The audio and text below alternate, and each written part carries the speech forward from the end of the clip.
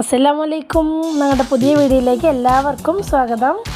ഇന്ന് ഇവിടുത്തെ സ്പെഷ്യൽ എന്താണെന്ന് വെച്ചാൽ നോൽമ്പ് തുറക്കാൻ ബീഫ് വരട്ടിയതും കുരുമുളകും മുളക് പൊടിയും എല്ലാം ഇട്ടിട്ട് വരട്ടിയതും അതിന് കൂടെ കഴിക്കാൻ വേണ്ടിയിട്ട് ഇടിയപ്പം ഉണ്ടാക്കിയിരിക്കുന്നത്.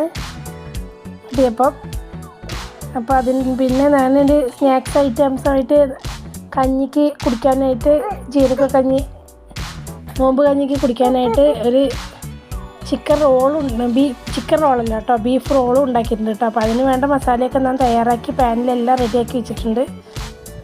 അതിലേക്ക് നമുക്ക് 2 കിഴങ്ങും കൂടി ചേർക്കാനുണ്ട്.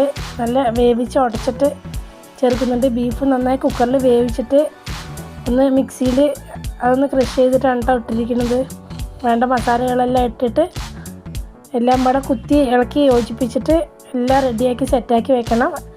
ലാസ്റ്റ് നമുക്ക് പാൻ ഓഫാക്കിയ ശേഷം, ഗ്യാസ് ഓഫാക്കിയ ശേഷം മല്ലിയിലയും കറിവേപ്പിലയും ഇട്ട് കൊടുത്തിട്ട്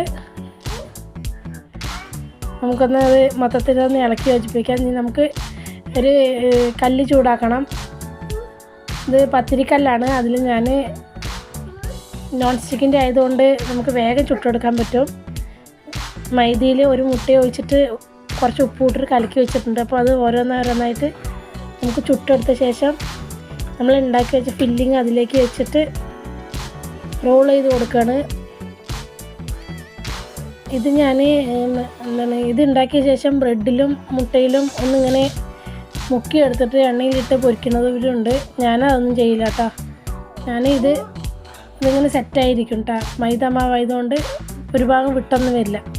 അപ്പോൾ ഇങ്ങനെ നമുക്ക് ഓരോന്നായിട്ട് എല്ലാം ചെയ്തെടുത്ത ശേഷം ലാസ്റ്റ് നമുക്ക് എണ്ണ ചൂടാക്കി ഇത് വറുത്ത് കോരിയെടുക്കാം.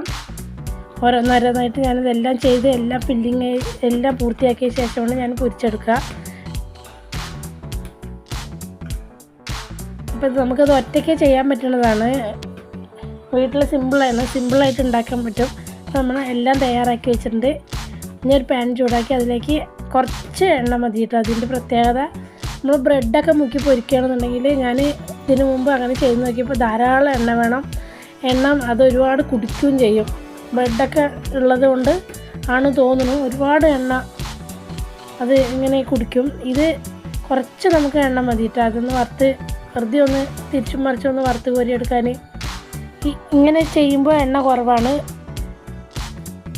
വലിയ എണ്ണ കുടിക്കണ പോലെ നമുക്ക് തോന്നുന്നില്ല. പിന്നെ എണ്ണ അധികം നമുക്ക് നല്ലതല്ലല്ലോ. 2 ഭാഗം തിരിച്ചും മറിച്ച് നന്നായി വേവിച്ചെടുക്കണം. ഇത് പെട്ടെന്ന് ചെയ്യാൻ പറ്റും. പിന്നെ നമുക്ക് ഇതിൻ്റെ കൂടെ ഇതും കഞ്ഞിയും മാത്രം മതിയാവും നോമ്പ് തുറക്കുമ്പോൾ. ഭക്ഷണത്തിൻ്റെ ഒന്നും ആവശ്യം വരില്ല.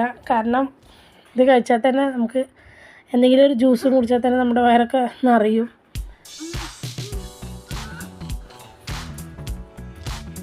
അപ്പോൾ മക്കൾക്കൊക്കെ ഇത് ഇഷ്ടമാണ്. ഇത് ഉണ്ടാക്കി കൊടുത്താൽ അവർ ധാരാളം കഞ്ഞിയൊക്കെ കുടിക്കും. ഇത് ഉണ്ടാക്കി കൊടുത്ത് പറഞ്ഞാൽ ഇഷ്ടമാണ്.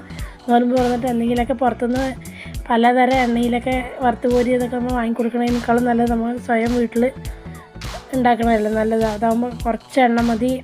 നല്ല സാധനങ്ങൾ നമ്മൾ സ്വയം ഉണ്ടാക്കുക, പേടിക്കാതെ നമുക്ക് കഴിക്കുകയും ചെയ്യാം. അപ്പോൾ നമ്മുടെ ഏകദേശം എല്ലാം ഞാൻ വറുത്ത് കോരി റെഡിയാക്കി വെച്ചിട്ടുണ്ട്. വീഡിയോ ഇഷ്ടപ്പെട്ടാൽ എല്ലാവരും സപ്പോർട്ട് ചെയ്യുക.